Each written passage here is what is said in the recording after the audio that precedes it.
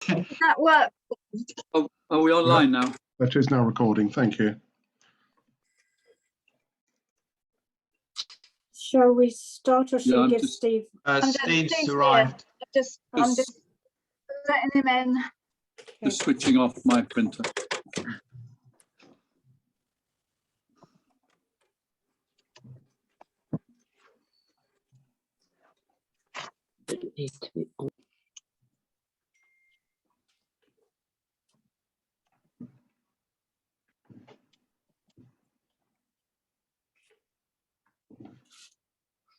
Okay. That's it. Sorry. Okay. Are we all ready? Yeah. Sorry about Okay, that. I'll start the meeting, and welcome to the Personnel Committee meeting on Tuesday, 23rd of March. John, can I get you to read out the GDPR notice, please? Yeah, certainly, Chair. Please note that the council is, members of the public and individual councillors could be making audio or video recordings of this meeting. The council's recordings will be uploaded to a cloud-based website of record and will be available indefinitely to the general public. By participating at the meeting, including by merely logging into it, you consent to this. If you do not consent to these terms, you should please not log into the meeting. Thank you. Do we have any apologies for absence, or are we all here? No, Liz, I haven't received apologies. Don't know about you, Hazel. No, no. Okay, thank you. And do we have any declarations of interest? Oh, sorry, we did have apologies from Liz. Oh, okay. Sorry. Sorry, any declarations of interest? I didn't see any. No. No. Okay. Okay, item 3, questions from the floor. Paul. Chair, could I make a statement, please? It will take more than 2 minutes, but as I'm one of the accused in this matter, I hope you'll do me the indulgence on that. Basically, what I want to do is put on record the email that has been sent to committee members and clerk yesterday. I'm not going to read the whole thing, obviously, but I would like to read the overview so that that's on the public record, please. So what I said in that email was that I thought it would be wise for the committee to withdraw the proposed motion for the following reasons. And I also suggested very strongly that advice from external sources should be sought, and by that I meant legal advice. I also reiterated that the mediation I pressed for on the 7th of December remains an alternative route so far as both Councillor Goldsmith and myself are concerned. I wanted to start with this, where I've said that no doubt the clerk will recognise the following words of advice, which put a major aspect of this in a nutshell. This is what the clerk said on the 10th of March 2020, which he now seems to believe the complete opposite of. So what he said was, what I believe will not work is when then it is down to councillors to take into their own hands the nature of what has happened, take a view on who is right and who is in the wrong, and then to impose sanctions on those councillors without a third party's input. This could send our council into further turmoil, as on top of initial claims of breached conduct, there will be claims of unfair treatment by those who receive judgment, and I wonder then who deals with these issues. And of course, I'm saying before this process has got very far that it's deeply unfair.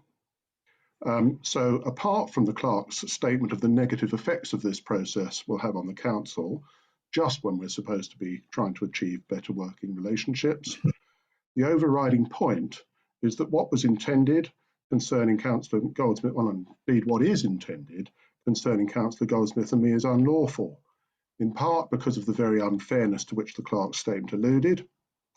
There are 4 fundamental aspects of unlawfulness. The first, ultra vires process, making it unlawful, and I've referred to Harvey v. Ledbury. So what I said was, I urge every person involved to read the law report of Harvey v Ledbury Town Council. And I gave the reference for that. And I observed that the parallels between that case and this are extremely close. So what I say is that an ultra vires process is being used, which is specifically contrary to that important precedent case, which decided that anything which can result in a sanction against a councillor must be dealt with only under a code of conduct process and not by any alternative procedure.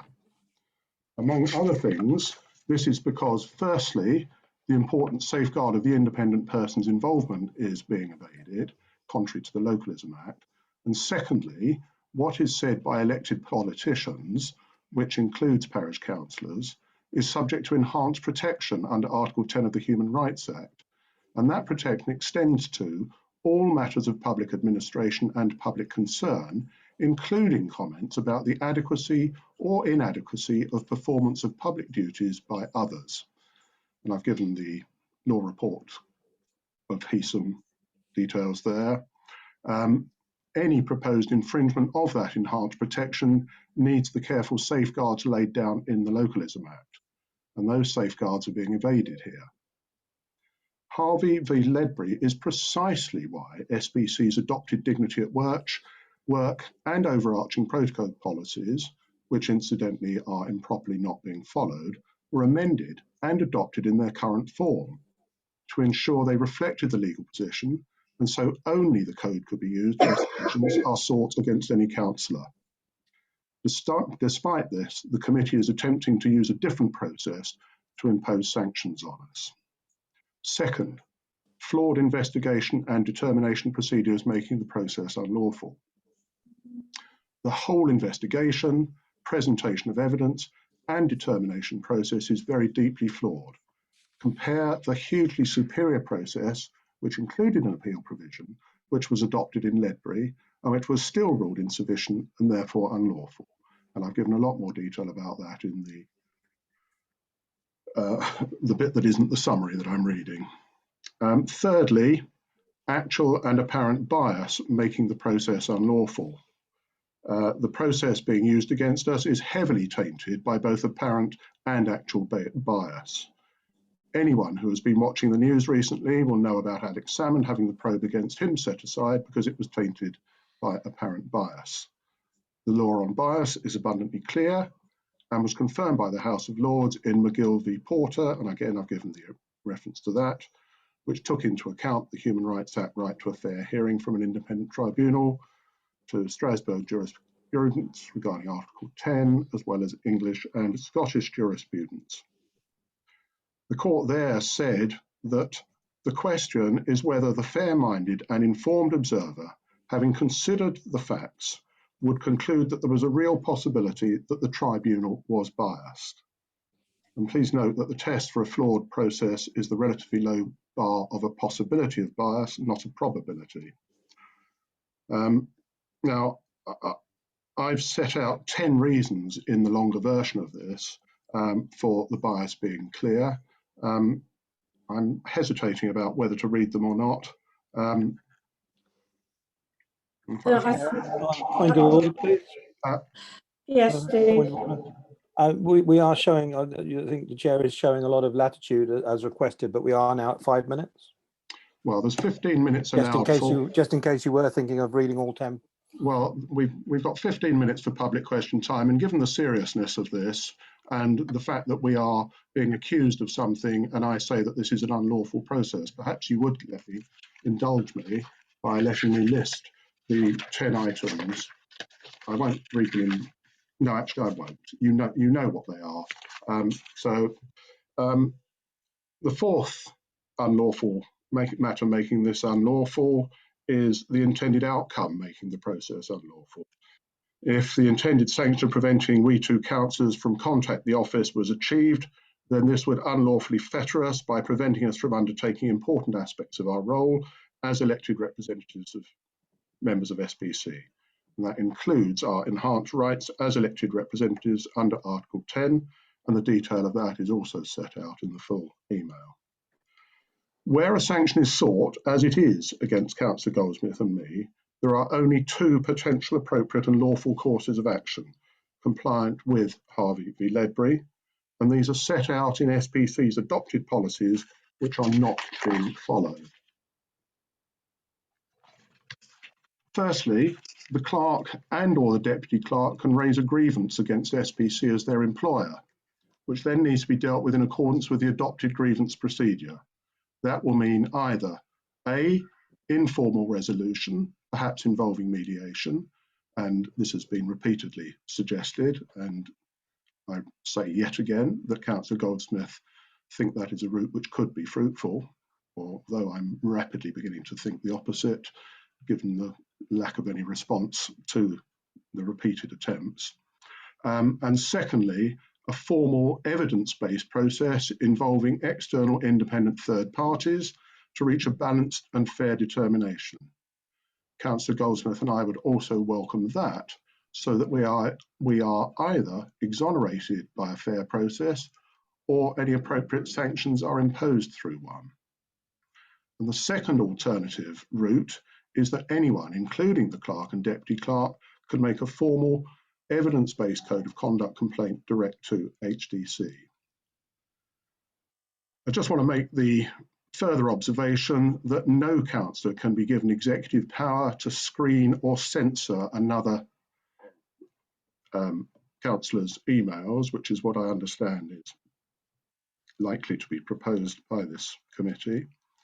And I've now asked several times, please, that when this goes into confidential session, that it be recorded and that the recording be retained for possible future use.